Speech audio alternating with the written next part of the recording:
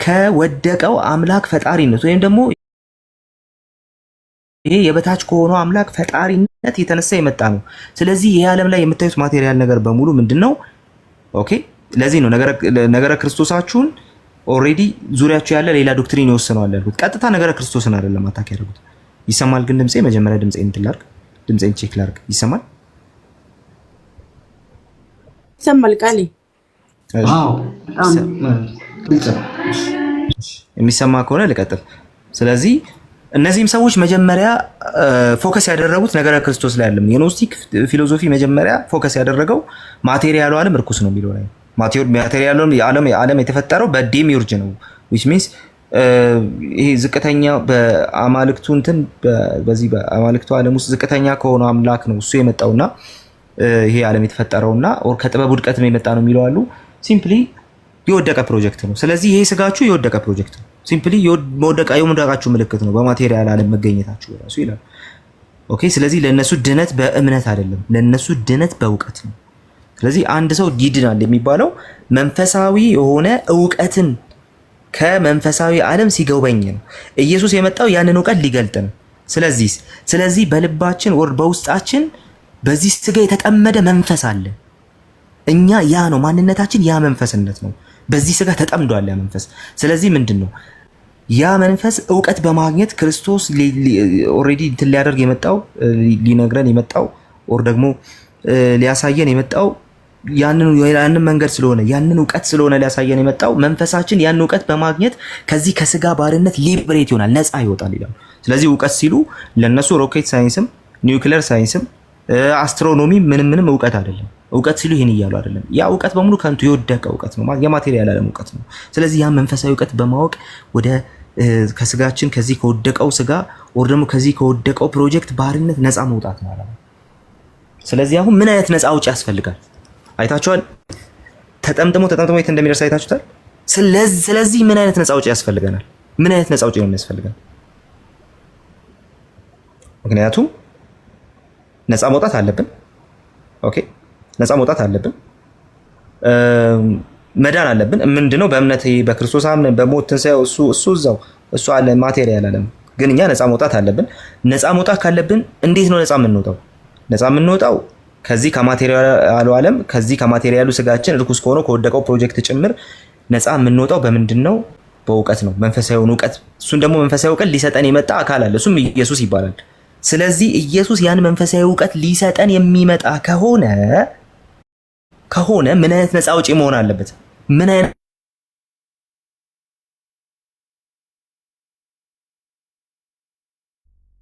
መሲህ መሆን አለበት? ይቅርታ ስልክ ገብቶብኝ። ምን አይነት ጌታ መሆን አለበት? በእናንተ አይነቱ ወጥመድ የተጠመደ ጌታ መሆን የለበትም። የመጀመሪያው ነገር እሱ ነው። እናንተ በተጠመዳችሁበት ሁኔታ ውስጥ ያለ መሆን የለበትም። ስለዚህ የዕብራውያኑ ጸሐፊ ሲጽፍ ከኃጢአት በስተቀር ብሎ ይጽፋል። ኖስቲካውያን ሲጽፉ ደግሞ ከስጋ በስተቀር ብሎ ይጽፋሉ ማለት ነው። ኦኬ፣ እኛ ምን አይነት አዳኝ መሆን አለበት ሲባል ንጹህ መሆን አለበት፣ ዘላለማዊ መሆን አለበት፣ ራሱ ጌታ መሆን አለበት፣ ደግሞ የኛም ባህሪ የያዘ መሆን አለበት ከኃጢአት በስተቀር። ኃጢአት የሰው ባህሪ አይደለም ሲጀመር፣ ኃጢአት የሰው ውድቀት ነው። ስለዚህ ከኃጢአት በስተቀር የሰውን ባህሪ ሙሉ በሙሉ መያዝ አለበት ይላል መጽሐፍ ቅዱስ። ቴዎሎጂያን ያስቀምጣል። ስለዚህ ኢየሱስ ክርስቶስ እንደኛ ሰው ከኃጢአት በስተቀር ደግሞ አምላክ ነው እንዳባቱ ብለን እናስቀምጣለን። ፍጹም አምላክ ፍጹም ሰው እነሱስ ሲባል ምን አይነት አዳኝ መሆን አለበት? እንዲህ አይነቱን እውቀት እንዲሰጠን ራሱ ደግሞ በዚህ አይነቱ እርኩስ ስጋ የተጠመደ መሆን የለበትም ይላል።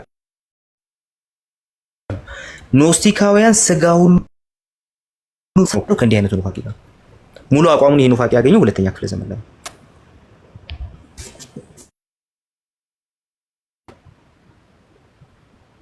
እሰማለሁ። ይሰማል። የተሰማ ነው።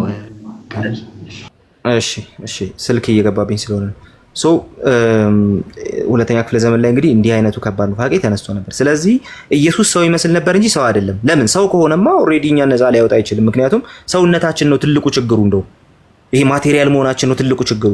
ስለዚህ ኢየሱስ ሂዝ ኖት ማቴሪያል አሉ። ሰው ይመስል ነበር እንጂ ሰው አይደለም ማለት።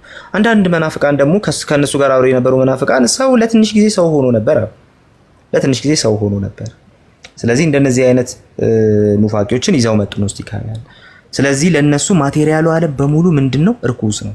ከዚህ የተነሳ እኔ እስከመጣ ድረስ ሲምፕሊ ጌታ እስኪመጣ ድረስ ሞቱን ትናገራላችሁ የተባለበትን የጌታ እራት ይንቁ ነበር። ኦኬ በጥምቀት ከሱ ጋር ተቀብረን ከሱ ጋር መነሳት አለ ብሎ ጳውሎስ ስለሚናገር ያንን ትምህርት የቤተክርስቲያን አባቶች ሲያስተምሩ ኖስቲካውያኑ ውሃ እኮ ማቴሪያል ነው ይላሉ። ከማቴሪያል ነገር በእንደዚህ አይነቱ ትልቅ የድነት ትምህርት ሊተላለፍበት አይችልም ይላሉ።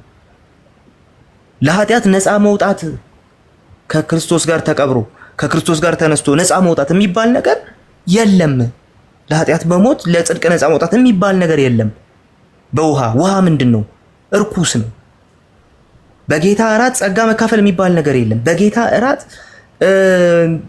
እንትን ማድረግ ህብረት ማድረግ የሚባል ነገር የለም። ለምን? ስንዴው እኮ ከመሬት የሚገኝ ነው፣ ማቴሪያል ነው፣ እርኩስ ነው። የክርስቶስ ስጋ የሚባል ነገር የለም። ስጋ ሁሉ እርኩስ ነው፣ መንፈስ ነው እሱ። ስጋ አይደለም፣ ሰው አይደለም። ሰው ይመስል ነበር። ይሄንን ዶሴቲዝም ብለን እንጠራዋለን። ዶሴቲዝም ማለት ዶኬው የሚለው የግሪክ ቃል መምሰል ማለት ነው። ስለዚህ ክርስቶስ ሰው ይመስል ነበር እንጂ ሰው አይደለም የሚለውን የኖስቲካውያን ትምህርት ዶሴቲዝም ብለን እንጠራዋለን። ስለዚህ የኖስቲካውያኑ ትምህርት ይሄ ነበር። ስለዚህ አዳኛችንን ምን ያደርጉታል? መንፈስ ብቻ ያደርጉታል። ለዛ ነው የጌታ እራት ላይና ጥምቀት ላይ የቤተክርስቲያን አባቶች በተለይ ሁለተኛና ሶስተኛ ክፍለ ዘመን ላይ በጣም የተዋጉት ለዛ ነው። ኦን ባፕቲዝምን ተርቱለስ የጻፈው ተርቱሊያን ይሄንን ሲጽፍ ሲምፕሊ ሶስተኛ ክፍለ ዘመን ላይ ነው የተጻፈው። ያለ ጥምቀት ድነት የለም ሲባል ሰምታችሁ ከሆነ እዚህ ቲክቶክ ላይ ከዚህ ጽሁፍ ላይ የተወሰደ። ለምንድን ነው እንደዛ የተባለው? ለምን እንደዛ የተባለው ሲባል ገና ሲጀምር ካይናይት የተባለ የኖስቲካውያንን አንጃ ይጠቅሳል። የኖስቲካውያኑን አንድ የሆነ ሴክት ይጠቅሳል። ካይናይት ኖስቲሲዝም ይባላል። ስለዚህ ያለ ጥምቀት ድነት የለም ሲላቸው ምን ብለውት ነው እነሱ? ጥምቀት ውስጥ ነገረ ድነት የሚባል ነገር የለም ብለው አስተምረው። ጥምቀት ውስጥ ውሃው ርኩስ ነው። ውሃ ውስጥ ገብተህ ስትወጣ ለኃጢአት ሞቶ ለጽድቅ ነፃ መውጣት የሚባል ነገር ለጽድቅ መነሳት የሚባል ነገር የለም የሚል ነገር ያስተምሩ ስለነበረ ነው። ስለዚህ ተርቱሊያን ያንን ሲጽፍ ትመለከቱታላችሁ። እነ አግናጢዮስ እንደዚህ አይነቱ ነገር ነበረ ሲያስገድዳቸው የነበሩ፣ በእንደዚህ አይነቱ ትግል ውስጥ ነበሩ። ስለዚህ የጌታ እራት የዘላለማዊነት መድኃኒት ነው ብለው ጻፉ። ኦኬ ለምን ሲባል አንድ ሰው ከጌታ እራት ሲካፈል ጌታ መጥቶ እንደሚወስደው ጭምር ተስፋ እያደረገ ያንን የሚጸናበትን ጸጋ ጭምር እየተካፈለ ነው ብለው ስለሚያምኑ ማለት ነው። ስለዚህ ያንን ነገር የሚቃወም ሰው መጣ። ሲቃወሙ ምን አሉ? ስንዴው እኮ እርኩስ ነው፣ በሱ ዳቦ ጋግራችሁ የጌታ ስጋ ብላችሁ መስጠት ሼም ነው፣ እርኩስ ነው፣ ምድራዊ ነገር ነው አሉ ማለት ነው። ኦኬ ስለዚህ እንትኖቻችን እነዚህ ሙግቶቻችን ለምንድን ነው አንዳንድ ጊዜ አቅም የማይኖራቸው ስንል እንደነዚህ አይነት ሂስቶሪካል የሆኑ ነገሮችንም ችላ ብለን ስለምንመጣ ነው ብዬ አስባለሁ። ኤኒዌይስ ግን እነዚህ መናፍቃን ነገረ ክርስቶስን በዚህ መልኩ ይቃኙት ነበረ። አንድ ሰው አለ ኤርል ካየርንስ ይባላል። የቤተክርስቲያን ታሪክ ምሁር ነው። አንድ መጽሐፍ አለው ክርስቲያኒቲ ትሩ ዘ ሴንቸሪስ የሚል አንድ መጽሐፍ አለውና እዛ መጽሐፍ ላይ ኤርል ካየርንስ አንድ ነገር ይናገራል። ኖስቲሲዝም ተሳክቶለት ቢሆን ኖሮ ይላል ክርስትና ውስጥ ኖስቲሲዝም መግባት ተሳክቶለት ቢሆን ኖሮ ክርስትና በዘመናችን ካሉ ፊሎሶፊካል ከሆኑ ንጽረተ ዓለማት አንዱ ብቻ በሆነ ነበር ይላል። ክርስትናውን ያለው አቋሙ ባልኖረው ነበር ይላል። አንዱ ብቻ ሆኖ ባለፈ ነበር። ክርስትና ከነዚህ ንጽረተ ዓለማት አንዱ ሆኖ እንዳያልፍ ያደረገው ነገር ምንድነው ሲባል በዘመኑ እግዚአብሔር ያስነሳቸው አሁን አባቶች ብለን የምንጠራቸው መምህራን። ስለዚህ እነዚህ አባቶች ይህንን ኑፋቄ ተዋግተውታል። ዮሐንስ ጅማሬው ላይ ተዋግቶታል። ከሱ በኋላ የመጡ ሁለተኛ ክፍለ ዘመን ሶስተኛ ክፍለ ዘመን ላይ የነበሩ አባቶች ደግሞ በደንብ አድርገው ተዋግተውታል። ከዚህ የተነሳ ክርስትናችን ተጠብቆ እዚህ አለ። ኦኬ ስለዚህ እንደው አንድ ጥያቄ ልጠይቃችሁ። በዘመናቸው እነሱ ያንን ውጊያ ተዋግተው አልፈዋል። ዛሬ በዘመናችን ለሚነሱ ነገሮች ሰራተኞች እኛ ነን። ምን ያህል ራሳችንን አዘጋጅተናል? ምን ያህል ተዘጋጅተናል? ኦኬ ምን ያህል እነሱ ያለፉት ለትውልዳቸው የሆነ ነገር ሰጥተው ስለሆነ የሆነ ነገር ትውልዳቸው እንዳይውጠው ተዋግተው ስለነበረ እኛ ጋር ደርሷል። የኛን ትውልድ ሌላ ነገር እንዳይውጠው ምን ያህል እንጋደላለን? ምን ያህል እንታገላለን? ይሄን ጥያቄ ይዘን እንለፍ። እንደ ሂስቶሪካል ክሪስቶሎጂ ባይሆን ይሄን ጥያቄ ይዘን እንለፍ። ለማንኛውም እንቀጥል። ስለዚህ አንዱ ሄሬኒዮስ ነው። እንግዲህ ሄሬኒዮስ ሁለተኛ ክፍለ ዘመን ላይ የነበረ አባት ነው። ሁለተኛ ክፍለ ዘመን ላይ የነበረው ይሄ ሰው 180 ዓመተ ምህረት አካባቢ የነበረ ሰው ነው። ሄሬኔስ ኦፍ ሊዮንስ ይባላል፣ ወይም ደግሞ የሊዮኑ ሄሬኔስ ተብሎ ይጠራል። አጌንስት ሄሬሲስ ወይም ደግሞ በእንተ መናፍቃን የሚባል አንድ መጽሐፍ አለው። ባለ 5 ቮሊዩም መጽሐፍ ማለት ነው። ባለፈው አንድ ሰው እዚህ የለም መሰለኝ፣ አንድ ሰው መጽሐፍ ላምጣልህ አለኝና ልላክልህ አለኝና እሺ አልኩት። ደስ አለኝ እና ይሄ መጽሐፍ ነው አንዱ እንዲልክልኝ ያደረኩት ማለት ነው። እጅ አልደረሰም እና መጽሐፉ አሁን ባለው ልኬት ወደ 500 ገጽ አካባቢ መጽሐፍ ነው። አሁን ባለው ልኬት የመጽሐፍት ልኬት ወደ 500 ገጽ አካባቢ ነው። ያኔ ብራና ስለሆነ ማለት ነው። ግን አጌንስት ሄሬሲስ ባለ 5 ቮሊዩም መጽሐፍ 5 ቮሊዩም መጽሐፍ ነው። አሁን መጽሐፉን ስመለከተው ወደ 500 ገጽ ነው አማዞን ላይ። ስለዚህ ያንን 500 ገጽ መጽሐፍ 500 ገጽ መጽሐፍ የጻፈው እነዚህን መናፍቃን ለመቃወም ነው። ያ ኢሬኒዮስ ኢሬኒዮስ። ስለዚህ ኢሬኒዮስ ሙሉ ጊዜውን የፈጀው እነዚህን ሰዎች በመቃወም ነው ማለት ነው። 5 መጽሐፍ ተጽፏል። ስለዚህ በመጽሐፍት ውስጥ ምንድነው ያደረገው እንበል። የመጀመሪያው ነገር ክርስቶስን አዳም ከአፈር እንደተፈጠረ ልክ እንደዛው ሁለተኛው አዳም ደግሞ እውነተኛ ስጋ ይዞ መምጣት ነበረበት ብሎ የተከራከረ ሰው የመጀመሪያው ነገር። ስለዚህ ሰው የሳተው አዳም የሳተው በስጋ ተፈጥሮ እንደሆነ ሁሉ ሁለተኛው አዳም ኢየሱስም በስጋ መምጣት ነበረበት። ስለዚህ ኢየሱስ የያዘው ሪል ስጋ ነው፣ እንደ አዳም ያለውን ስጋ ነው። የሚለየው ግን አዳም በኃጢአት ያቆሸሸው ስጋ ነበር። ኢየሱስ ክርስቶስ ግን ንጹህ ስጋ ይዞ መጥቷል፣ ኃጢአት የሌለበት ሆኖ መጥቷል። ስለዚህ ይሄን ሪካፒቹሌሽን ብለን እንጠራዋለን። ስለዚህ የመጀመሪያው ሙግቱ በመጽሐፍት ውስጥ በ5ቱ መጽሐፍት ውስጥ ይሄ ነበረ ማለት ነው። ሮጥ ስለዚህ ሁለት ሎጂኩ ምንድነው? በዚህ ውስጥ ያለው ሎጂክ ምንድነው ስንል ክርስቶስ እውነተኛ ሰው ሆኖ ካልመጣ በስተቀር እኛን ሊያድን አይችልም ነበር። የገባንበትን ከአዳም ጀምሮ የገባንበትን ያንን አለመታዘዝ ሪቨርት ያደረገው በስጋ መጥቶ ነው። አዳም በስጋ የበደለውን በደል ኢየሱስ ክርስቶስ በስጋ ለእግዚአብሔር በመታዘዝ ምን አደረገው? ሪካፒቹሌት አደረገው የሰውን ዘር ታሪክ። ኦኬ። ስለዚህ የእግዚአብሔር ቃል እኛ የሆነውን ሆነ። ምክንያቱ ደግሞ እኛን እሱ ወዳለበት ሊያወጣን ስለፈለገ ነው በማለት ሲናገር ትመለከቱታላችሁ። ስለዚህ ሎጂኩ ይሄ ነው። ኢየሱስ ሰው ነው። ምክንያቱም አዳም በሰው ሆኖ ተፈጥሮ በሳተው ነገር ሁሉ ኢየሱስ ሰው ሆኖ መጥቶ የሳተውን ነገር በሙሉ በመታዘዝ ሊያጠፋ ይገባ ነበር የሚል ትምህርት ነው ያስተማረው ሄሬኒዮስ ማለት ነው። ስለዚህ ይሄ ሪካፒቹሌሽን ተብሎ ይጠራል። ሌላኛው ደግሞ ዶሴቲዝም፣ ቅድም ያልኳችሁ ዶኪዮ ማለት መምሰል ነው ብያቸዋለሁ። ስለዚህ ይሄንን ደግሞ የተዋጋበት መንገድ ለምሳሌ እንትን ሲያደርግ ሲሞግት ምን ብሎ ሞግቷል ሄሬኒዮስ? አሁን በዚህ መጽሐፍ በዚህ ቻፕተር ምናምን ማለላችሁ ሰዓት ስለሌለ ነው። ስለዚህ ምን ብሎ ሞግቷል ሄሬኒዮስ? ወንጌላቱ እኮ ኢየሱስ ክርስቶስን ራበው፣ ተጠማ፣ ደከመው፣ አለቀሰ ምናምን እያሉ ነግረውናል። ስለዚህ ይሄ እውነተኛ ሰው ሆኖ የመጣ አካል ሊያደርገው የሚችለው ነገር ነው። ሰው ይመስል ነበር የሚለውን የእናንተን ሐሳብ ይዘን ቢሆን የመጣ ነው። ሰው ይመስል ነበር የሚለውን የእናንተን ሐሳብ ወንጌላት ቢደግፉ ኖሮ ኢየሱስ ራበው ማለት ዝም ብሎ ፕራንክ ነው የሚሆነው። ልክ አይሆንም። ኦኬ፣ ልክ አይሆንም። ስለዚህ ክርስቶስ ሰው ይመስል ነበር ካላችሁ ስቃዩም ረሃቡም ምኑም የተዘገበው ነገር ሁሉ ውሸት ነው እያላችሁ የሚል ሙግት ይዞ መጣ ማለት ነው። ኦኬ፣ ሲያመጣ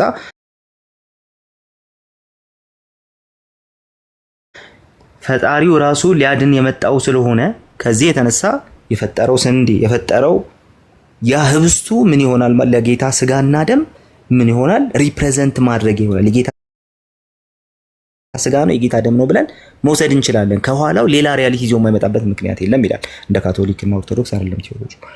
በዛ መንገድ አልወስደው፣ ግን ደግሞ በዛ መንገድ ይቀመጣል። ስለዚህ በተለይ ሶስተኛው መጽሐፍና አራተኛው መጽሐፍ ላይ እነዚህን በደንብ አድርጎ ክሊር አድርጎ ያስቀምጣቸዋል። በዚህ ሁሉ ውስጥ ምንድነው ለማስያዝ የፈለገው ሲባል ኢየሱስ እውነተኛ ሰው ነው። ኢየሱስ ፍጹም ሰው ነው። ኦኬ፣ ስለዚህ ዝም ብሎ ሰው የሚመስል ብቻ አይደለም፣ ፍጹም ሰው ነው። ስለዚህ ክርስቶስ እስከሚመጣ ሞቱን የምንናገርበት የጌታ እራትም ደግሞ ሊያድነን ከመጣው ከሱ የተፈጠሩ ነገሮች ከመሆናቸው የተነሳ ከዚህ የተነሳ እርኩስ አይደሉም። እንደውም በወንጌላት የተነገረላቸውን ያንን ፐርፐስ ሰርቭ የሚያደርጉ ቅዱስ የሆኑ ነገሮች ናቸው ብሎ ነው የሚያስቀምጠው ማለት። ስለዚህ በጣም በጣም በጣም ብሪሊየንት የሆነ ሙግት ነው የሚሞግተው ኢሬኒዮስ። ሶ የኢሬኒዮስን ቴዎሎጂ ማጥናት ብዙ እንቆቅልሽ ይፈታል እና እሱም ማጥናት ጥሩ ነው ብዬ አስባለሁ። ሶ ኖስቲኮችን እንግዲህ ሲዋጉ ከነበሩ ሰዎች መካከል አንዱ እሱ ነው። ስለዚህ ይሄኛው የመጀመሪያው ነገር ነው ማለት ነው። ሁለተኛው ደግሞ ዳይናሚክ ሞናርኪያኒዝም ይባላል። ኦኬ፣ ሁለተኛው ደግሞ ዳይናሚክ ሞናርኪያኒዝም ተብሎ ይጠራል። ሁለተኛው ነገረ ክርስቶሳዊ ኑፋቄ በቤተ ክርስቲያን ታሪክ የተፈጠረው ሁለተኛው ኑፋቄ ደግሞ ዳይናሚክ ሞናርኪያኒዝም ተብሎ ይጠራል። ስለዚህ ዳይናሚክ ሞናርኪያኒዝም ምንድን ነው የሚለውን ነገር ደግሞ ትንሽ ላሳያችሁ። ስለዚህ ዳይናሚክ ሞናርኪያኒዝም ስንል እያልን ያለነው ነገር ምንድን ነው? አዶፕሽኒዝም ወይም ደግሞ ክርስቶስ ልጅ የሆነው በባህሪ አይደለም የሚል ትምህርት ነው። ሁለተኛው ኑፋቄ ደግሞ አሁን የምናየው እሱ ዳይናሚክ ሞናርኪያኒዝም። ይሄ ዳይናሚክ ሞናርኪያኒዝም ሁለተኛ ሶስተኛው ክፍለ ዘመን ላይ በተለይ ሶስተኛው ክፍለ ዘመን ላይ ቴዎዶተስ የሚባል ሰውና ፖል ኦፍ ሳሙሳታ ወይም ደግሞ ጳውሎስ ዘሳሙሳጤ የተባለ ሰው ያነሷቸው ኑፋቄዎች ናቸው። በተለይ ሶስተኛው ክፍለ ዘመን ላይ 190 ዓመተ ምህረት አካባቢ ላይ ጀምሮ ሁለተኛ ክፍለ ዘመን መጨረሻ አካባቢ ማለት ነው ቴዎዶተስ የነበረው። ፖል ኦፍ ሳሙሳታ ደግሞ ሶስተኛ ክፍለ ዘመን ላይ ነው። እነዚህ ሰዎች ናቸው የዳይናሚክ ሞናርኪያኒዝም ፈጣሪዎች ወይ የዳይናሚክ ሞናርኪያኒዝም ትምህርት አቀንቃኞች እነዚህ ሁለት ሰዎች ናቸው። ስለዚህ ዳይናሚክ ሞናርኪያኒዝምን በአጭሩ ላስቀምጥላችሁ።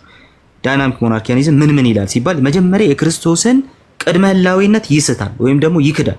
ፕሪ ኤግዚስተንስ ኢየሱስ ክርስቶስ ከመወለዱ በፊት ነበር የሚለውን ነገር ይክዳል። ኦኬ፣ ስለዚህ መጀመሪያ ይሄን ይክዳል ማለት ነው። ሁለተኛ ነገር የሚክዳቸውን ነገሮች እያስቀመጥኩኝ። ሁለተኛ ነገር ኢንካርኔሽንን በተመለከተ እኛ እንደምናምነው አይደለም ያው እግዚአብሔር ሰውን ምን አደረገው? ወይም ደግሞ ክርስቶስን ነው ሰው የሚለው ሰውን ምን አደረገው? ቀባው፣ በኃይል ቀባው። ስለዚህ ስጋዊን ሲያስብ ኢንካርኔሽን ላይ ኃይለኛ ክህደት አለ። የመጀመሪያ ኢንካርኔሽናል ክህደት የማን ነው? ኢንካርኔሽንና ሪዘርክሽን ላይ ነው ማጠነጥነው። አሁንም የመጀመሪያ ኢንካርኔሽናል ክህደት የማን ነው? የኖስቲካውያን ነው። ሁለተኛው ግን ይሄ ዳይናሚክ ሞናርኪያኒዝም ነው። ስለዚህ ኢንካርኔሽንን ይክዳል ወይም ደግሞ ኢንካርኔሽን ስጋዊን እኛ እንደምናስቀምጠው አያስቀምጥም። ቃል በመጀመሪያ የነበረው እሱ ቃል ከማርያም ማህፀን ስጋን ነስቶ መጣ የሚለውን ነገር ይክደዋል። ስለዚህ እሱን ይክድና ምን ይላል? ሰውን ወይም ደግሞ ኢየሱስ ክርስቶስ ከማርያም የተወለደውን ኢየሱስ ክርስቶስን በጥምቀቱ ጊዜ ወይ በትንሳኤው ኦር ሰምዌር ኢንቢትዊን በስጋ በመምጣቱ ወይም ደግሞ በመወለዱ ኢንቢትዊን የሆነ ቦታ ላይ በኃይል ቀባውና ምን አደረገው? የጸጋ አምላክ አደረገው ይላል ማለት ነው። ስለዚህ ኢንካርኔሽንን በዚህ መንገድ ይክዳል። እኛ ኢንካርኔሽን እንዴት እናስባለን? ኢንካርኔሽንን ቃል ስጋ ሆነ ጸጋና እውነት ተመልቶ በእኛ አደረ ብለን ባለፈው አንስተናል። ስለዚህ ከዘላለም የነበረ የእግዚአብሔር ቃል ሁለተኛ የሥላሴ አካል ወልድ እግዚአብሔር በማርያም ማህፀን አደረ ወይም ደግሞ ከማርያም ማህፀን ስጋ ነሳ፣ በስጋ ከማርያም ማህፀን መጣ ብለን ነው የምናምነው። ይሄኛውስ ከዘላለም የነበረ ኢየሱስ ወልድ የሚባል የለም። ኢየሱስ ክርስቶስ ከማርያም ከተወለደ በኋላ በጥምቀቱ ጊዜ በተለይ በጥምቀቱ ጊዜ ነው የእግዚአብሔር መንፈስ ወረደበት፣ እግዚአብሔር በኃይል ቀባው። ስለዚህ ኢየሱስ ክርስቶስ የእግዚአብሔር ልጅ የተባለው በጸጋ ነው ብሎ ነው። ይሄ በጣም የምጠላው ኑፋቄ ነው። አሁን በእኛ አካባቢ ፕሮቴስታንቲዝሙ ላይ ፕሮቴስታንት ነን ምናምን ብለው አንዳንድ ሰዎች የሚያነሱት ኑፋቄ ነው። ኢየሱስ የባህሪ ልጅ አይደለም ይሏቸዋል፣ ወይም ደግሞ እኛ ራሳችን እንደ ኢየሱስ አይነት ልጆች ነን ይሏቸዋል፣ እንደ ኃይሉ ዮሐንስ አይነት አስተማሪዎች። ኦኬ፣ ስለዚህ ይሄ በጣም አደገኛ የሆነ ትምህርት ነው፣ በጣም ከባድ የሆነ ትምህርት ነው። ስለዚህ ዳይናሚክ ሞናርኪያኒዝም በጣም ከባድ ትምህርት ነው። ስለዚህ ኢንካርኔሽንን ይክዳል፣ በዚህ መልኩ ፕሬኤግዚስተንስን ይክዳል፣ ኢንካርኔሽንን ይክዳል። ስለዚህ ድነትን በምን መንገድ ያስቀምጠዋል እንደዚህ ካደረገ ሲባል እነዛኞቹ በእውቀት ብለናል። ሰው መሆን የሌለበት ለዛ ነው መንፈሳዊ እውቀት እንዲሰጣቸው። ይሄኛውስ ምን ይላል? እነ ጳውሎስ ዘሳሙሳጤ ምን ይላሉ ስንል እነ ጳውሎስ ዘሳሙሳጤ ደግሞ ኢየሱስ ክርስቶስ ይቅርታ አንድ ጊዜ ወይ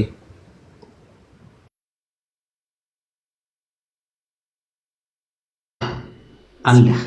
ስለዚህ ኢየሱስ ክርስቶስ እንዴት ነው የሚያድነን ታዲያ? ድነት እንዴት ነው በክርስቶስ ምናምን የምትሉት ድነት እንዴት ነው ሲባል ኢየሱስ ክርስቶስ የሰዎች የሞራል አቺቭመንት ወይም ደግሞ የሰዎች ይሄ የሞራል ልዕቀታቸው የሞራል መልካምነታቸው ምሳሌ ነው።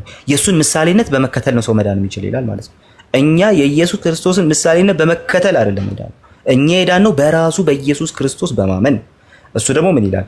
እሱ እግዚአብሔርን ደስ ስላሰኘ በጥምቀቱ ጊዜ እግዚአብሔር በኃይል ቀብቶታልና ያን ጊዜ ልጅ ብሎታልና። ኢየሱስ የዘላለማዊ ልጅ አይደለም። ኢየሱስ የባህሪ ልጅ አይደለም፣ የጸጋ ልጅ ነው። ልጅ የተባለው ኃይል ስለወረደበት ነው። ስለዚህ ኃይል ወርዶበት እሱ የተመላለሰውን እሱን በማየት የእሱን ምሳሌነት በመከተል መዳን ይቻላል ፖይንታቸው። ስለዚህ ነገረ ድነትን በዚህ ልክ ያወርዱታል ማለት ነው። ስለዚህ የኛ ሰፈር ሞናርኪያኖች ደግሞ አሉ፣ ዳይናሚክ ሞናርኪያኖች። ስለዚህ ምን ይሏቸዋል? ኢየሱስ አዎ የዘላለማዊ እግዚአብሔር ልጅ አይደለም። ልጅ የተባለው በስጋ ሲመጣ ነው። ልጅነቱ በስጋ መምጣቱን የሚያሳይ ነው እንጂ የባህሪ ልጅነቱን ወይም ደግሞ የሥላሴ ሁለተኛ አካል መሆኑን የሚያሳይ አይደለም ብለው ኢተርናል ጀነሬሽንን ይክዳሉ። ስለዚህ እኛም እንደ ኢየሱስ ልጆች ነን ይላሉ። እንደውም አንዱ ምን ሲል ሰምተናል? በኩር የተባለው ኢየሱስ አለ። ይሄ በጣም በጣም የሚያሳዝን ትምህርት ነው። ኢየሱስ በኩር የተባለው እኛ ስላልነበርን ነው። እኛውን ስለመጣን የኢየሱስ በኩርነት አብቅቷል። ሎቱ ስብሐት አሜን ነው። እንደዛ የሚባል ትምህርት የለም። ኢየሱስ በኩር የተባለው የፍጥረት ሁሉ ባለስልጣን ስለሆነ ነው እንጂ ኢየሱስ በኩር የተባለው እኛ ስላልነበርን አይደለም። ኦኬ። የኢየሱስ በኩርና ኢየሱስ ክርስቶስ በኩር የተባለው የመጀመሪያው ነገር ከፍጥረት ሁሉ በኩር ነው ብሎ ቆላስይስ ስለሚነግረን በኩር የተባለበት ምክንያት ሁሉ በሱና ለሱ የተፈጠረ ባለስልጣን ስለሆነ ነው። ፕሮቶቶኮስ ወይም በኩር የሚለው ባለስልጣንነቱን የሚያሳይ ከሙታንም በኩር ነው የተባለውም ደግሞ በሞት ላይ ስልጣን ያለው እኛ ከሞት እንድንነሳ በሞት ላይ ስልጣን ኖሮት ከሞት ላይ ስልጣንን ወስዶ የተነሳ እሱ ብቻ ስለሆነ፣ ስለዚህ በኩርናን ዝም ብለን እኛ ስላልነበርን ነው ምናምን ብለን የሞኝ አስተያየት በመስጠት የምናቃለው ነገር አይደለም። ኢየሱስ እኛ ልጆች ነን። አሁን ኢየሱስ በኩር አይደለም። በኩር የተባለው ማንም ስላልነበረ ነው ብሎ ጣጣ የለም። ኢየሱስ ልጅ የተባለው ከዘላለም እግዚአብሔር ልጅ ስለሆነ ብቻ። ኦኬ። ስለዚህ ይሄ ደግሞ ይሄኛው ትምህርት ደግሞ ይሄንን በጣም እንትን ያደርጋል። ይሄንን በጣም ያዘወትራል። ይሄንን ያከራል። ከዚህ የተነሳ ኑፋቄ ነው እንላለን ማለት ነው። ስለዚህ ኢየሱስ ክርስቶስ በእግዚአብሔር አዶፕት የተደረገ የሆነ ሰዓት ላይ የጸጋ አምላክነት የተሰጠው ጌታ አይደለም፣ የዘላለም አምላክ። እሺ። ስለዚህ ይሄ ሌላኛው እንትን ነው፣ ሌላኛው ፖይንት ነው ማለት ነው። ይሄንን ኑፋቄ እነማን ተቃውሞታል ሲባል ፖፕ ቪክተር የተባለ ተቃውሞታል። ሶሪ እሱ ሲያነሳ በተለይ ደግሞ ፖፕ ቪክተር ሲያነሳ ከዚህ ከሮማን ሪስፖንስ አንጻር ነው ያነሳውና ስለዚህ ብቻውን ነው አይደለም ፖይንቴ ማለት ነው። ስለዚህ ከቤተ ክርስቲያን ጋር አብሮ ነው፣ በአንድ ሰው ብቻ የሆነ ነገር አይደለም። ስለዚህ በተለይ እነ ቴዎዶተስን እንትን ያደረገው እሱ ነው፣ ኤክስኮሚኒኬት ያደረገው ፖፕ ቪክተር ነው። ቀጥሎ እነ ሂፖሊተስ ኦፍ ሮም አሉ፣ አቦሊዲስ ተብሎ የሚጠራው ማለት ነው። ሂፖሊተስ ሪፊቴሽን ኦፍ ኦል ሄረሲስ የተባለ ስራ አለው። እዛ ላይ በደንብ አድርጎ ዳይናሚክ ሞናርኪያኒዝምን አርጊው አድርጎታል። ኦኬ። ስለዚህ እነዚህ አይሁዳውያን ናቸው፣ ኤሴንሻሊ እኮ አይሁዳውያን ናቸው፣ በአስተሳሰባቸው አይሁዳዊ አስተሳሰብ ያላቸው ናቸው፣ ኢንካርኔሽንን ይክዳሉ በማለት ሲያስቀምጥ እንመለከተዋለን፣ ሂፖሊተስ ማለት ነው። ከዛ በኋላ ከሂፖሊተስ በኋላ ሶስተኛ ክፍለ ዘመን አጋማሽ ላይ የአንጾኪያ ሲኖዶች አሉ። ስለዚህ እነዚህ ካውንስሎች፣ እነዚህ ሲኖዶች ሎካል ሲኖዶች ናቸው። አሁንም እሱን ተቃውሞት እናገኛለን። ሂፖሊተስ ግን ሪፉቴሽን ኦፍ ኦል ሄረሲስ እና ደግሞ ቅድም ያልኳቸው ፖፕ ቪክተር ግን በጣም የሚታወቁ ናቸው ማለት ነው። ሶ ይሄ የዳይናሚክ ሞናርኪያኒዝም ነው። ስለዚህ እንዳትረሱት። ሌላ ሞናርኪያኒዝም ላነሳላችሁ ስለሆነ ማለት ነው። ሌላ ሞናርኪያኒዝም ላነሳላችሁ ነው። ስለዚህ ይሄኛውን እንዳትረሱት። ሌላኛው ሞናርኪያኒዝም ደግሞ ኢንካርኔሽንንም በመካድ ደግሞ ሌላ ግራ የተጋባ የትሪኒታሪያን ችግር ያመጣ ደግሞ ትምህርት ነው። እሱ ደግሞ ማን ነው? ሞዳሊስቲክ ሞናርኪያኒዝም ይባላል፣ ወይም ደግሞ ሰባሊዮሳዊነት ሳቤሊያኒዝም ተብሎ ይጠራል። ስለዚህ ሰባሊዮሳዊነትም ደግሞ ምን እንትን ያደርጋል ሲባል ምንድነው የሚያደርገው ሲባል አምላክ በአካል አንድ ነው፣ በግብር ሶስት ነው። አንድ አምላክ አለ፣ ግን ሞዱን እየቀያየረ ሶስት ስራዎችን አንዱ አምላክ ማስክ እያያየረ 3 ስራዎችን ሰርቷል ይላል። ስለዚህ የመጀመሪያው አብ የሆነው በህግ በመስጠትና በፍጥረት ጊዜ ነው፣ አብ ነበር ይላል። ያው አብ የነበረው ራሱ ወልድ ሆነ ይላል። አብ የነበረው ራሱ ነው ወልድ ሆነ፣ ለማዳን ሲፈልግ በስጋ መጣ፣ ወልድ ሆነ ይላል። ከዛ በኋላ ደግሞ አሁን በሁላችንም ልብ ውስጥ መንፈስ ቅዱስ ሆኖ ይኖራል ብሎ ያስቀምጣል። ይሄ ሰባሊዮሳዊነት ተብሎ ይጠራል። ሰባሊዮሳዊነት ተብሎ ይጠራል። ይሄን ትምህርት ያስተማሩ ከሁለተኛ ክፍለ ዘመን ጀምሮ የነበሩ አሉ። እነሱ ደግሞ ማናቸው? የመጀመሪያው ኖይተስ የተባለ ሰው ነው። ሪፊቴሽን ኦፍ ኦል ሄሬሲስ ላይ ሂፖሊተስ ይሄንን ሰው በደንብ አድርጎ ይቃወማል። አሁንም ማን ነው ይሄንን ሞዳሊስቲክ ሞናርኪያኒዝም? ቀድም የዳይናሚክ ነው፣ ይሄ ሞዳሊስቲክ ነው፣ የሞድ ችግር ነው። ስለዚህ 3 ሞድ አለው፣ አንድ አካል አለ፣ በ3 ሞድ መጥቷል። ስለዚህ ኖይተስ ኦፍ ስሚርና የሚባል ሰው ሁለተኛ ክፍለ ዘመን ላይ ተቃውሞታል።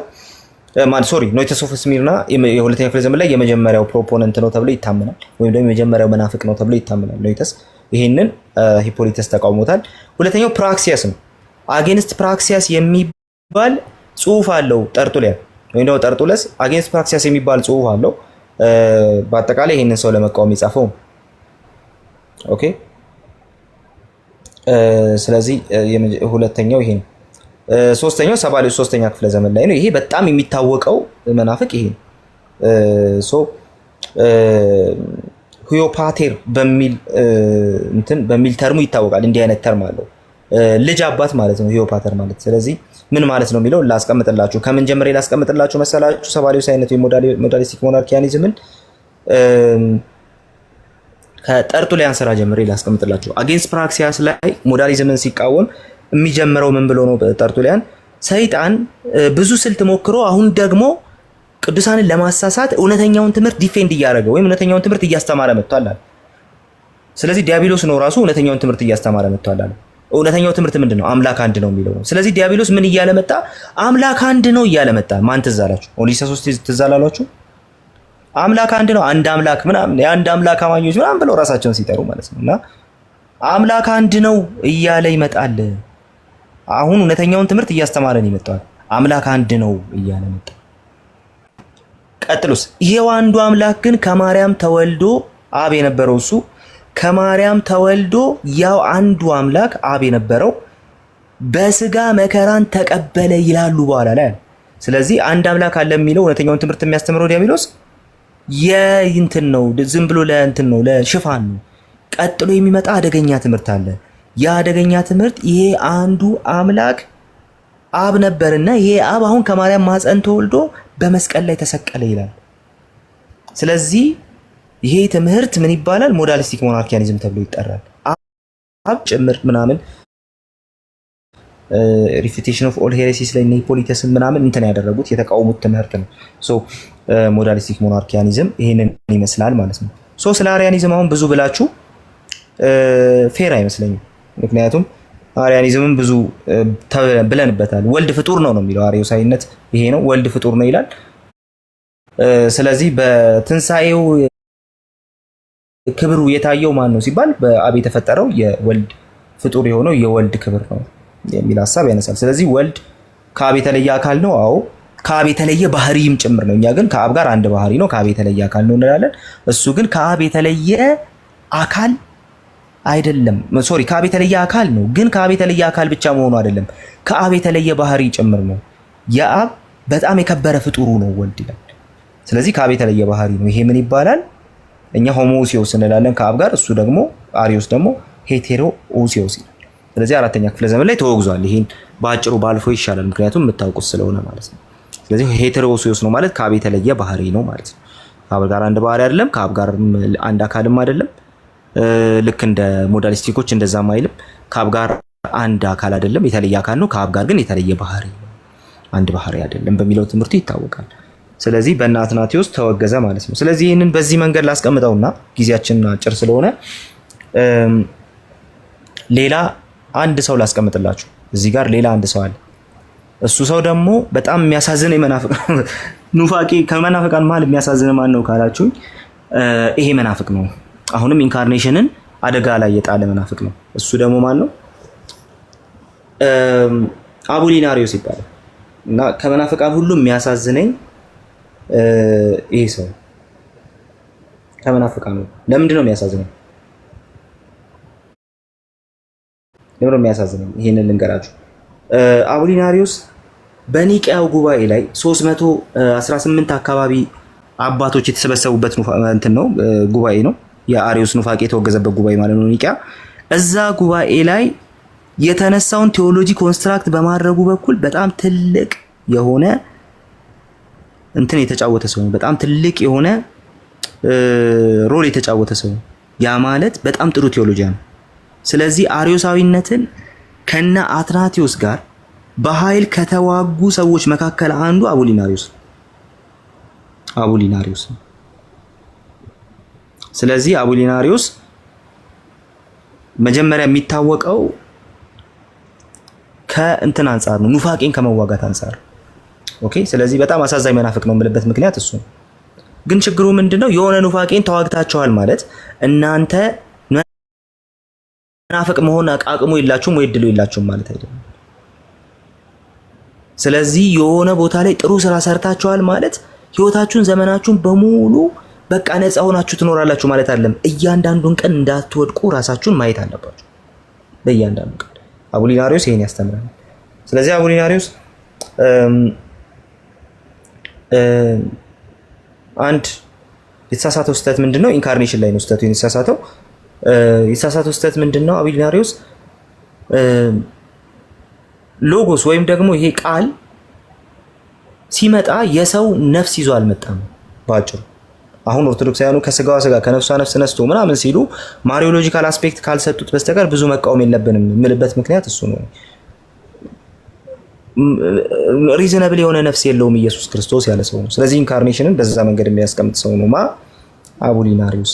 ስለዚህ አቡሊናሪዮስ ያንን ለምን አለ ሲባል አሁንም የተሳሳተ ነገረ ሰብ ስላለው ነው ነገረ ክርስቶስ ላይ የተሳሳተ። ስለዚህ ሰው መንፈስ ነው የሚሉ ሰዎች አሁን ነገረ ክርስቶስ ላይ እሺ ሰው መንፈስ ከሆነ ኢየሱስ ሰው ሆነ ማለት ምን ማለት ነው ብላችሁ ስትጠይቋቸው የሚሰጡት የተምታታ መልስ እንግዲህ አስቡት። አሁንም እዚህ ጋር አቡሊናሪዮስ የሚጀምረው ከተበላሸ ነገረ ሰብ ነው ወይም ከተሳሳተ ነገረ ሰብ ነው። ስለዚህ አቡሊናሪዮስ ምን ብሎ ነው የተሳሳተው ስትሉ መጀመሪያ ስለ ሰው ያለውን አስተያየት አመለካከት ማወቅ መቻል አለባችሁ። ነገረ ክርስቶስ ላይ ሳይሆን መጀመሪያ ነገረ ሰብ ላይ ችግር ስለነበረበት ማለት ነው። ምን አይነት ችግር አቡሊናሪዮስ ምን አይነት ችግር ነበር የነበረበት? ሰው ሶስት አካላት አሉ፣ ሶስት ክፍሎች አሉት ይላል። እሱም ስጋ፣ ነፍስ ወይም ደግሞ ይሄ የእንስሳት ደመ ነፍስ የሚባለው ነፍስ፣ ሶስተኛ ደግሞ ሪዝነብል ነፍስ የሰው ነፍስ ወይም ደግሞ እኛ መንፈስ ብለን ምናልባት ልንጠራው የምንችለው ሪዝነብል የሆነ ነፍስ ኦኬ፣ ወይ ደግሞ አመክንያዊት ነፍስ። ስለዚህ ሰው ሶስት ክፍሎች አሉት። የመጀመሪያው ስጋ፣ ሁለተኛው የእንስሳት ጭምር የሆነው ደመ ነፍስ፣ ሶስተኛው ከእንስሳ የሚለየው ሪዝነብል የሆነ ነፍስ። እነዚህ ሶስት ክፍሎች አሉት ሰው ብሎ ይናገራል። ቀጥሎስ ኃጢአት ግን የሚያርፈው ወይም ደግሞ ኃጢአት የሚያድረው ሰው ኃጢአት ያድራል ይላል። ስለዚህ ኃጢአት የሚያድረው ስጋ ላይ አይደለም፣ የእንስሳት ደመ ነፍስ ላይ አይደለም፣ የሰው ሪዝነብል ነፍስ ውስጥ ነው ብሎ የሚያምን ሰው። ለምንድን ነው የተሳሳተው ካላችሁ ነገረ ክርስቶስ ላይ የተሳሳተው ከእንደዚህ አይነቱ ሸውራራ ከሆነ ነገረ ሰብ የተነሳ ነው። እኛ ኃጢአት የሰውን ሁለንተና በክሏል እንላለን። እሱ ደግሞ ኃጢአት የሚቀመጠው ከበከለ ራሱ የሚቀመጠው የሰው ኑስ ውስጥ ወይም ደግሞ የሰው ሪዝነብል ነፍስ ውስጥ ነው።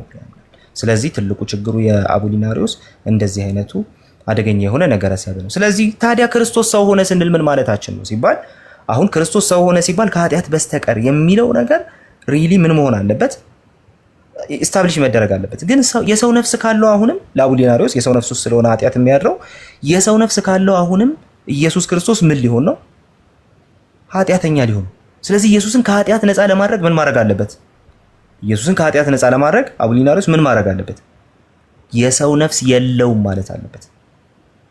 አይታችሁታል ኑፋቄ እንዴት ብሎ እንደሚመጣ ለርኪን የሚያደርገው ወይም ደግሞ በጣም እንትን አድርጎ በጣም ተሽሎክልኮ የሚገባው በሆነች ትንሽዬ ዶክትሪን ውስጥ ምናልባት ሮጦ ነገረ ክርስቶስ ላይ ጉብ ላይ ይችላል። በትንሽ ዶክትሪን ውስጥ ግን ይዞ ይመጣል ችግሩን ማለት ነው። ስለዚህ የአቡሊናሪዮስ ኑፋቄ የጀመረው ከነገረ ክርስቶስ ሳይሆን መጀመሪያ ከነገረ ሰብ ነው ያልኳችሁ ለዛ። ስለዚህ ኢየሱስ ክርስቶስ አሁን ጥሩ አዳኝ ለመሆን ምን መሆን አለበት? መሲሁ አዳኝ ለመሆን ምን ማድረግ አለበት? መሲሁ አዳኝ ለመሆን ምን አይነት መሲሁ ሆኖ መምጣት አለበት? ኃጢአት የሌለበት መሲሁ ሆኖ መምጣት አለበት። ኃጢአት የሌለበት መሲሁ ሆኖ መምጣት ካለበት ደግሞ የሰው ነፍስ ይዞ መምጣት የለበትም። ስለዚህ ኢየሱስ ክርስቶስ የሰው ነፍስ የለውም። መደምደሚያው ይሄ ነው። ኢየሱስ ክርስቶስ የሰው ነፍስ የለውም፣ ወይም ደግሞ አመክንያዊት ነፍስ የለችውም። የእንስሳ ነፍስ የምንለው አይነት ይሄ ሳይኪ ብሎ ይጠራዋል እሱ አለው። ወይም ደግሞ እቺ የእንስሳቱ አይነት ደመ ነፍስ አለችው። ስጋ አለው፣ ነፍስ ግን የለውም። የሰው ነፍስ ግን የለውም ማለት። ታዲያ የሰው ነፍስ ከሌለው እንዴት ሰው ልትለው ትችላለህ?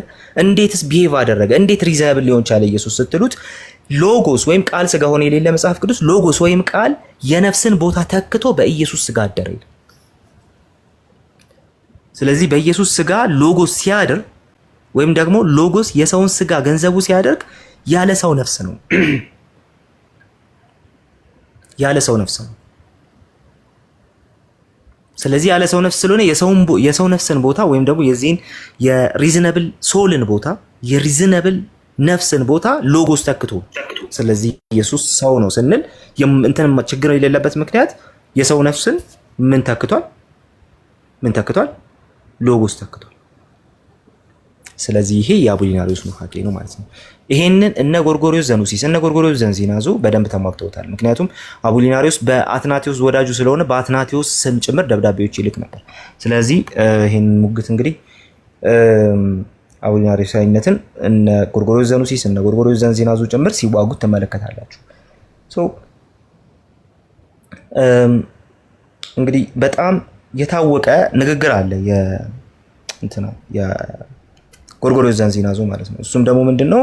ያልነሳውን አላዳ ነው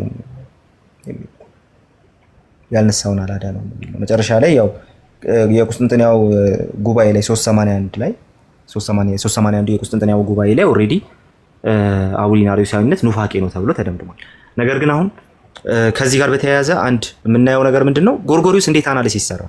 እኔ በጣም የሚገርም አናሊሲስ ነው የሰራውና ጎርጎሪዮስ እንዴት አይነት አናሊሲስ ነው የሰራው የሚለውን ነገር ላሳያቸው። ጎርጎሪዮስ ይህንን ሲቃወም ምን ብሎ መሰላቸው የተቃወመው?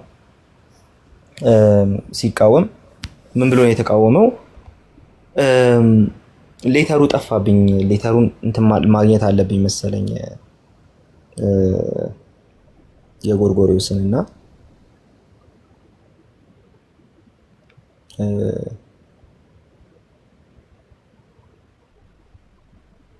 ግሪጎሪ የትኛው ሌተሩ ላይ እንደሆነ ግን ጠፋብኝ። ይሄንን የተቃወመው ማለት ነውና ይሄንን ሲቃወም አንድ ደብዳቤ እንትን አድርጓል፣ ሙሉ ዲቮት አድርጓል አቡሊናሪዎሳዊነትን ለመቃወም ማለት ነው። የትኛው እንደሆነ አንድ ጊዜ ቆይ እስቲ ላውጣው። የትኛው እንደሆነ ጠፍቶብኝ ያ ሌተር 101 ላይ ያ ሌተር 101 ላይ ግሪጎሪ ለምንድን ነው እንትን ያረኳችሁ? ለምንድን ነው እሱን ፍለጋ ውስጥ የገባሁት?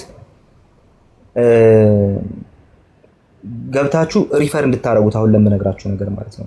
ስለዚህ ጎርጎሪዮስ ዘንዚናዙ ሌተር 101 ላይ ያልነሳውን አላዳ ነው ብሎ አስቀምጧል።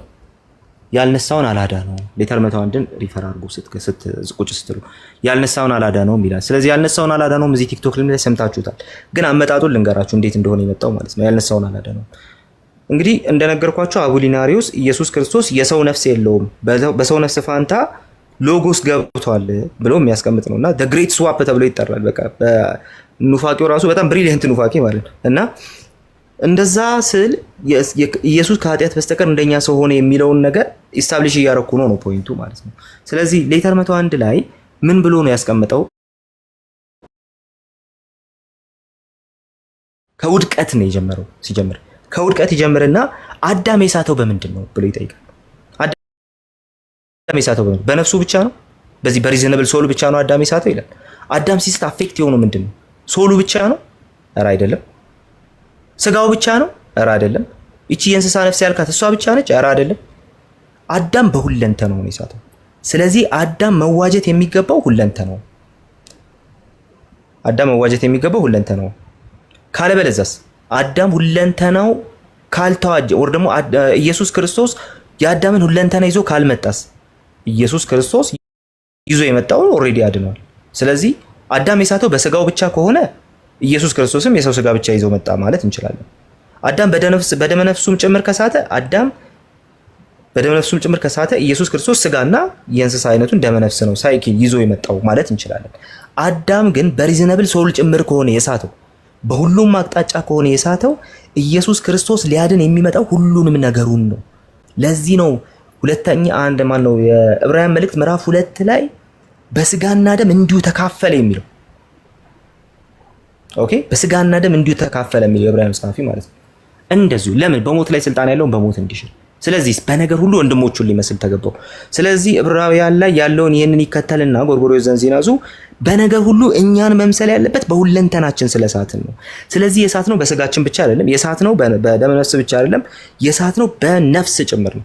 ስለዚህ ኢየሱስ ክርስቶስ ሊያድነን የሚመጣ ከሆነ ሁለንተናችንን ይዞ መምጣት ያለበት፣ ሁለንተናችንን ነው ገንዘብ ማድረግ ያለበት፣ ሁለንተናችንን ነው መንሳት ያለበት። ስለዚህ ኢየሱስ ያልነሳውን አላዳነውም። ሁለንተናችን መዳን ካለበት ኢየሱስ ሁለንተናችንን ይዞ መምጣት አለበት። ነገረ ክርስቶስን በዚህ መልኩ ከሳልቬሽን ቴዎሎጂ ጋር ኢስታብሊሽ አደረገው ማለት ነው። ነገረ ክርስቶስና ሳልቬሽን አይለያዩም። የክርስቶስ ማንነትና ስራም ሊለያዩ አይችሉም። ያልኳችሁ ምክንያቱ ይሄ። ካልሆነስ አንተ ባልከው መንገድ ከሆነ ሲባል ኢየሱስ ሰው አይደለም። በሰው ፍሬም ወይም ደግሞ በሰው አጥንትና ስጋ እንስሳ ነው የምታደርገው። ኢየሱስን ግማሽ ሰው አድርገኸዋል እንጂ ሙሉ ሰው ፍጹም ሰው አላረከውም በማለት ሲሞግት እንመለከተዋለን። ይሄ ሌተር 101 ላይ እናገኛለን። አራተኛ ክፍለ ዘመን ላይ ይህንን ሙግት እናገኛለን። አቡሊናሪዮስን በዚህ መንኩ ዲባንክ ያደርጉታል። የአቡሊናሪዮስ ኑፋቄ 381 ላይ ቁስጥንጥንያ ጉባኤ ላይ ተወግዘዋል ማለት ነው። ስለዚህ አቡሊናሪዮሳዊነት ይህንን ይመስላል። መጨረሻ ላይ ንስጥሮሳዊነት ይመጣል። ንስጥሮሳዊነትን ስታዩ ሁል ጊዜ አብራችሁ ማየት ያለባችሁ ነገር ምንድን ነው? ሁል ጊዜ ከኛ ሁለት ባህሪ ከምንለው ጋር ሁል ጊዜ ሰዎች ይጋጭባቸዋልና ከዚህ ጋር አብራችሁ ማየት ያለባችሁ ነገር ምንድነው? ኢየሱስ ክርስቶስን እሱ ሁለት ባህሪ ብቻ አይደለም የሚለው ሃይፖስታቲክ ዩኒየንን ነው የሳተው ንስጥሮስ ማለት ነው። ስለዚህ ንስጥሮስ ሲስት ምንድነው የሳተው የሚለው ነገር ወሳኝ የሆነ ጥናት ያስፈልገዋል። ከንስጥሮስ በኋላ የተነሱ ጉባኤያት አሉ። እስከ ቁስጥንጥንያ 3ኛው የቁስጥንጥንያ ጉባኤ ድረስ የሚሄዱ ሰፋፊ አይዲያዎች አሉና እነሱን ለብቻቸው ብናያቸው ጥሩ ነው ብዬ አስባለሁ። 2 ቀን ብቻ ነበር ያልኩ ስትደውልልኝ፣ በቃ 3ኛ ቀን እጨምራለሁ። ምክንያቱም ይሄንን አሁን ኑፋቂዎቹን ካሳየኋችሁ ከንስጥሮስ ጀምሮ ያለው ነገር ለብቻው የኛን ክሪስቶሎጂ የሚወስን ጉዳይ ስለሆነ ማለት ነው። ጋይስ ምን ይመስላችኋል?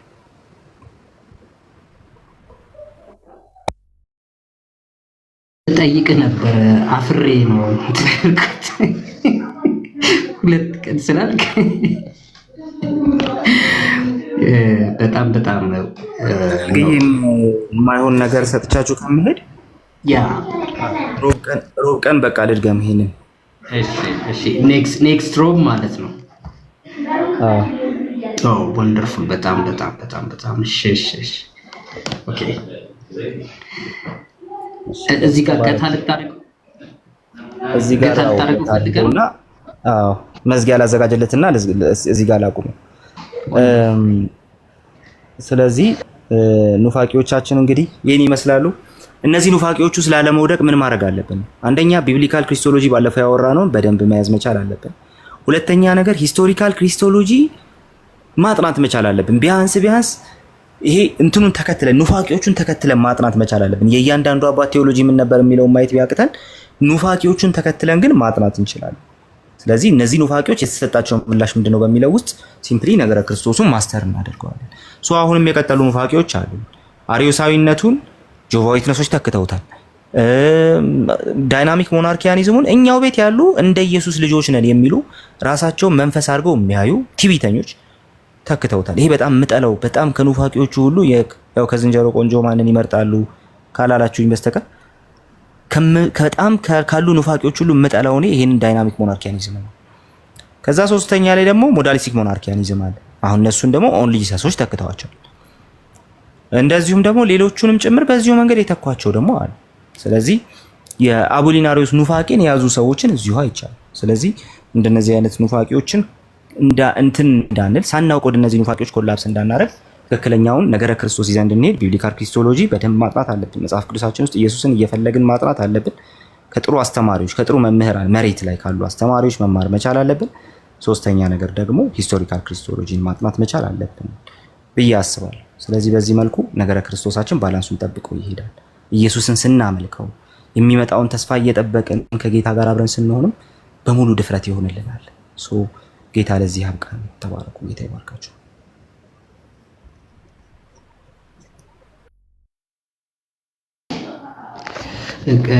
በጣም እግዚአብሔር አምላክ ይባርክ። በጣም ኮምፕሌክስ የሆነ የክርስቶሎጂ በተለይ ደግሞ ሂስቶሪካል ክርስቶሎጂ እሺ ሰጥሻለሁ ያ ከቢብሊካል እንትኑ በላይ ፊሎሶፊካል ነገሩ በጣም ያለበት በጣም ያ ነው ኮምፕሌክሲቲው እንትን ያለውና ለዚህ ነው አሁን አንዳንድ ሰዎች ምን አይነት ነገር አለ ቢብሊካል የሆነው ነገር በጣም ቀለል ብሎ ይሰማቸዋል እና ሞር ሂስቶሪካል ቴዎሎጂ ላይ አት ሆል ማለት ነው ክርስቶሎጂውን ጨምሮ ሌሎችንም አባቶች የተከራከሩበት መንገድ ፍልስፍናዊ ስለሚመስላቸው ይርቁታል። ግን ምንም ሌላ አማራጭ የለም ማለት ኪዩር እውነተኛ ፈውስ እውነተኛ ለህመሙ እውነተኛ መድኃኒት ያስፈልግ ከሆነ እውነት ለመናገር ከዚህ መራቅ የለብንም። ሊያድነን የሚችለው ይሄው ነው ማለት ታግሰን ማንበብ ታግሰን ጊዜ ሰጥተን ማየት በጣም እጅግ የሚያስፈልግ ነገር ነው። በጣም ሰዎች ይሄንን ነገር የሚያደርጉ አንደርላይን ለማድረግ ሃይላይት ለማድረግ ያህል ነው። ቃሌ ደግሞ እውነት ለመናገር በጣም አሳጥሮ ነገሮችን አሳይቶናል። በጣም እግዚአብሔር ይባርከው ጨምሮ ጊዜ እየሰጠን ነውና እውነት በጣም እግዚአብሔር ይባርክ። ትናንት በጣም ነው በጣም እንደውም በጣም ወደድኩ እኔ ምክንያቱም ብዙ ጊዜ ማይክ እዚህ ዲቤት ነገር ላይ ነው ማይ ሰዎችም ዲቤት ነገር ላይ ነው ያው ዲቤት በባህሪው የራሱም ነገር ስላለው ማለት ነው የራሱ የቲክቶክ ፖለቲክስ አለው